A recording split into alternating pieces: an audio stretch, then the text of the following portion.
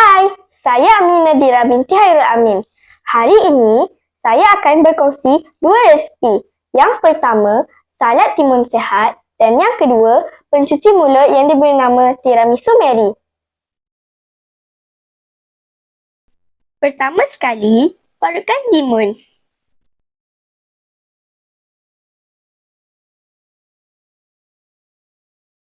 Kemudian, masukkan 3 sudu yogurt biasa tanpa perisa. Boleh gunakan yogurt full cream atau low fat ikut kesukaan masing-masing. Tapi, saya lebih suka gunakan yang full cream kerana rendah kandungan gula. Seterusnya, masukkan sedikit lada hitam.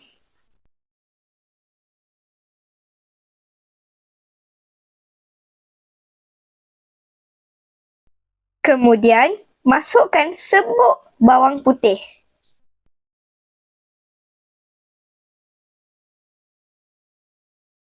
Masukkan pula chili flakes. Jika suka pedas, boleh lebihkan.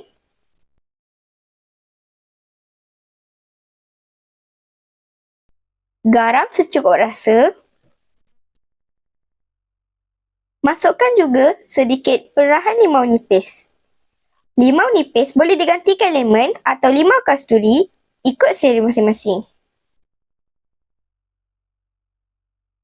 Semua bahan dah masuk, sekarang kita gaul sekata. Dah siap!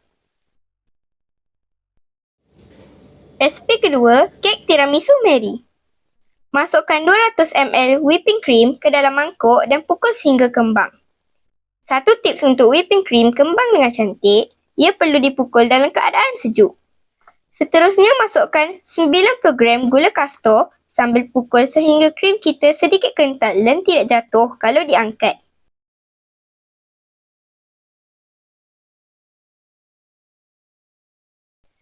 Masukkan pula 250 gram krim cheese.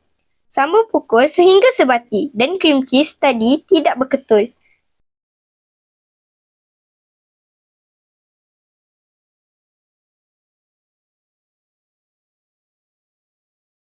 Seterusnya, sediakan bacuhan kopi segera. Boleh tambah gula jika suka. Biarkan bacuhan kopi sejuk dan celupkan biskut Mary.